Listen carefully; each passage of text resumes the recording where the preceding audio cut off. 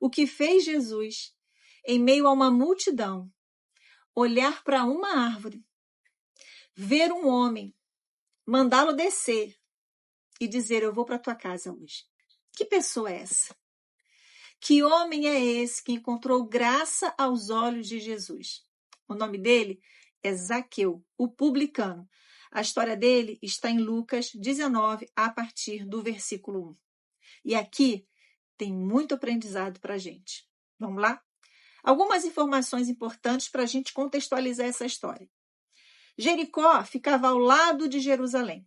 Jesus, nessa ocasião, estava indo para lá, se entregar como um cordeiro que vai ao matadouro. Eram os últimos momentos de Jesus. E ele então passa por Jericó. Ele já era um homem conhecido, já tinha feito todos aqueles milagres, os sinais, as maravilhas. Então era como se Zaqueu estivesse diante de uma celebridade daquele tempo. E ele era um publicano.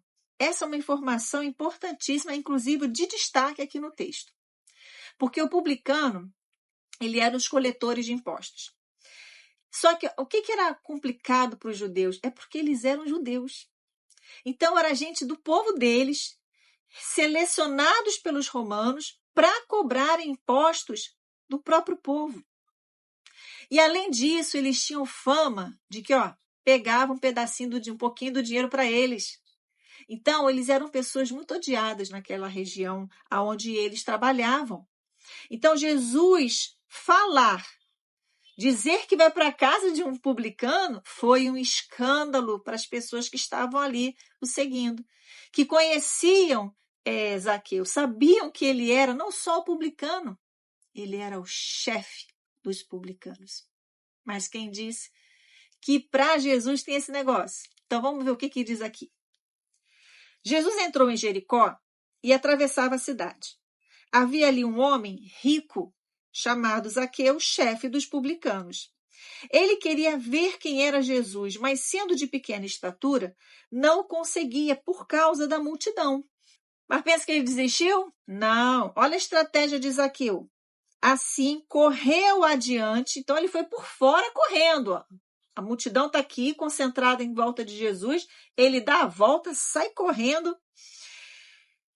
Sobe numa figueira brava, que em algumas versões aparece a palavra sicômoro, mas é a mesma coisa, é uma figueira brava. E olha que interessante. A figueira brava, o seu tronco, ele é torcido.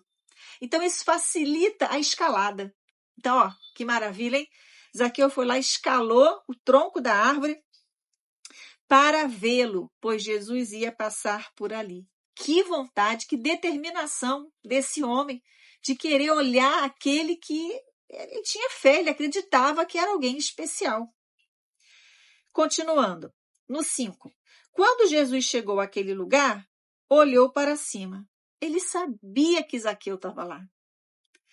E lhe disse: Zaqueu, desça depressa. Quero ficar em sua casa hoje. Olha que honra. Vai receber o próprio Filho de Deus conosco. Que lindo, né?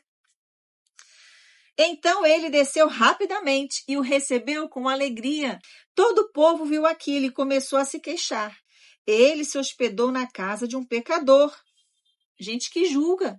Ainda bem que Deus não é assim, né? Senão, o que seria de mim?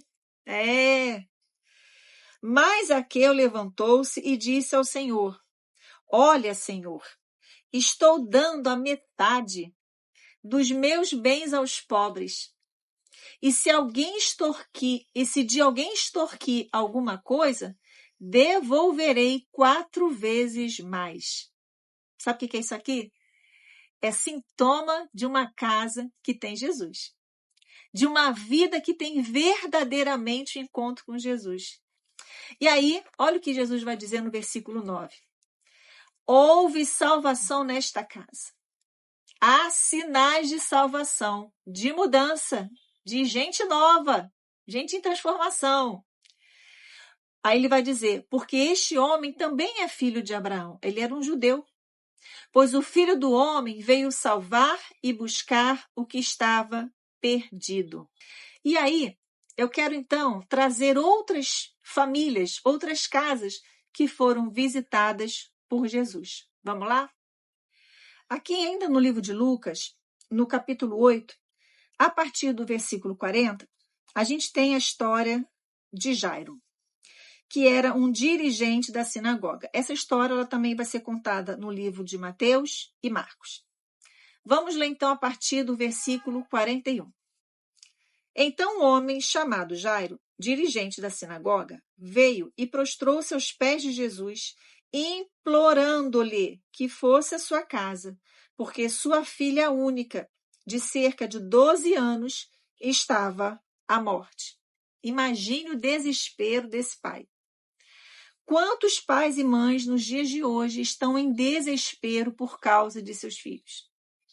Seja por uma enfermidade, seja por uma questão espiritual, seja porque estão vivendo, às vezes, uma vida completamente fora dos padrões morais e éticos. Então, são pessoas desesperadas que precisam fazer esse movimento de buscar aquele que tem poder para fazer o que nós não podemos.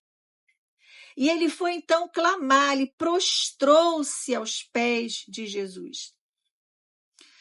O dirigente da sinagoga, olha isso. Para nossa mente hoje, imaginar isso aqui talvez não tenha a mesma dimensão, o mesmo impacto, se nós nos colocarmos naquela cena, naquele lugar, naquele momento. O chefe de uma sinagoga se prostrando diante de um outro homem, de Jesus, que era o mestre. Era como alguém que está no escalão acima se prostrando de alguém que está no escalão abaixo. E ele faz isso em meio a uma multidão, como diz aqui no 40. No 49. Enquanto Jesus ainda estava falando, chegou alguém da casa de Jairo, o dirigente da sinagoga, e disse: sua filha morreu. Não incomode mais o mestre. No 50. Ouvindo isso, Jesus disse a Jairo: não tenha medo, tão somente creia. Mantenha a sua fé ativa, mesmo que as circunstâncias te mostrem que não tem mais jeito. E ela será curada. Por mais difícil que sejam as nossas situações, por mais que olhando ao redor a gente pense assim, meu Deus, isso aqui não tem solução, não perca a fé. Tão somente creia.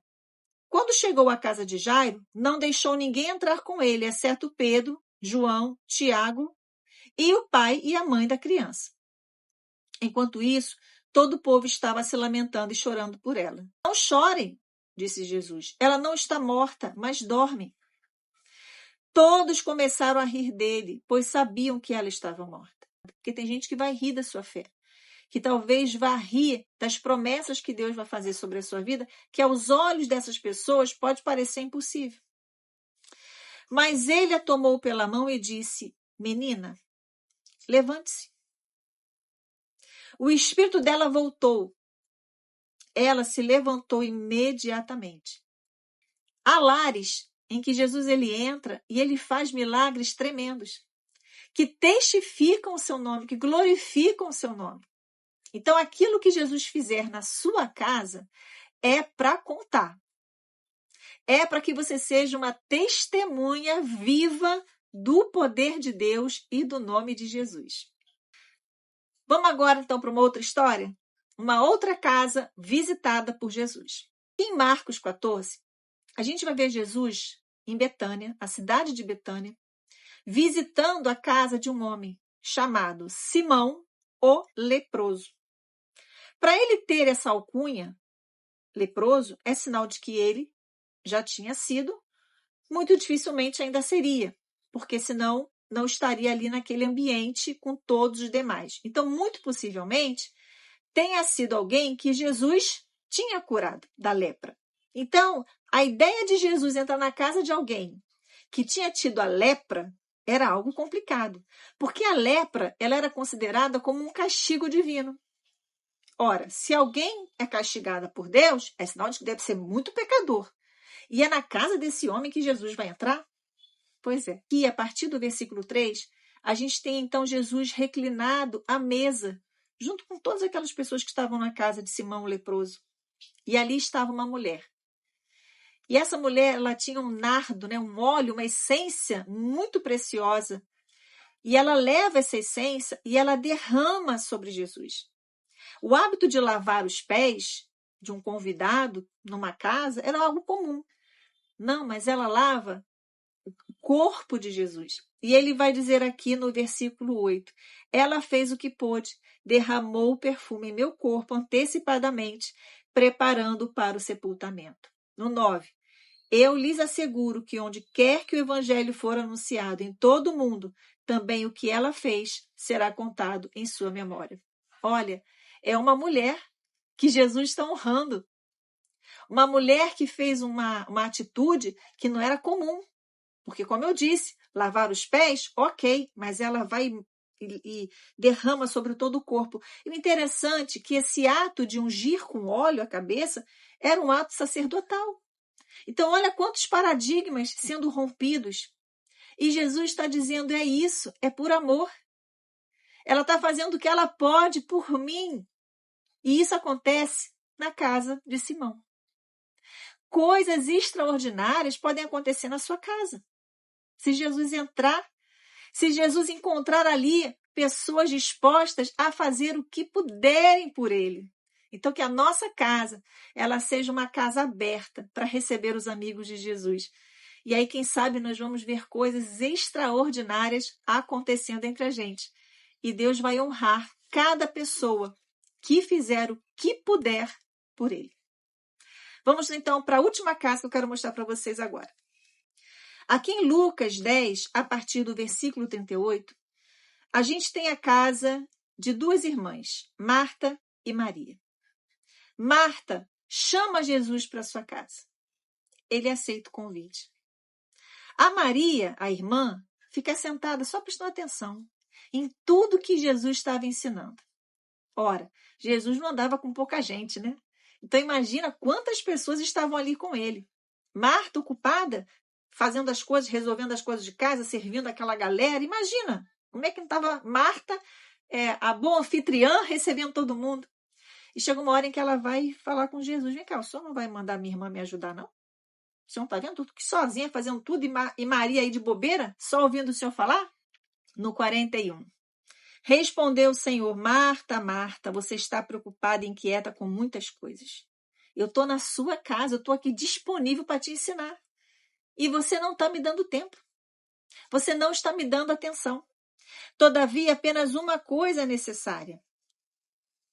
Ele, a presença de Jesus, estar com ele, aprender dele. Maria escolheu a boa parte e esta não lhe será tirada. Interessante, aqui não diz que Maria não ajudava jamais Marta, que Marta fazia tudo sozinha como uma escrava, não. Mas houve um momento em que Maria para tudo para ouvir Jesus. Nós precisamos ter esse tempo. Não adianta só dizer que temos Jesus na nossa casa, se não gastamos tempo com ele. Tempo para leitura, para oração. Esse tempo de comunhão, de dar importância ao que realmente é necessário. Porque quando nós tiramos o que é necessário do seu lugar e colocamos coisas supérfluas, secundárias, nós depois ficamos com essa lacuna. Poxa, mas cadê Jesus? Por que eu estou com essa secura espiritual? O que está acontecendo na minha vida? Não é porque você não está indo à fonte, é porque você não está indo até ele, que está aí, está disponível. Então, Jesus na nossa casa precisa ter esse movimento de parar tudo e dizer, agora eu vou para aquilo que realmente é necessário. Que esse estudo possa servir para a gente pensar a importância de Jesus na nossa casa. E Jesus, ele está acessível para aqueles que querem vê-lo, que querem estar com ele porque têm fé. Jesus na nossa casa, há milagres acontecendo, como aconteceu com a filha de Jairo. Testemunhos esses que para a gente que está de fora, talvez não vai entender. Mas quando acontecer, vai ser testemunho. Vai ser para a glória de Deus. Há coisas que vão acontecer na nossa vida porque nós vamos estar abrindo para receber os amigos de Jesus. Precisamos ser hospitaleiros com a nossa família de fé também. Que nós possamos fazer tudo o que pudermos pelo Senhor. Que nós estejamos dispostos a dar o que nós chamamos de mais precioso. É o seu tempo? Dê a ele. É o seu dinheiro? Ofereça a ele. Não se furte de dar o seu melhor. E que todos nós possamos ter esse tempo de Maria, mesmo vivendo em tempos de Marta, mas que tenhamos esse tempo, esse olhar precioso do que de fato é necessário. Fique bem. Qualquer coisa, coloca aí nos comentários uma dúvida. Podendo, eu te respondo. Tchau.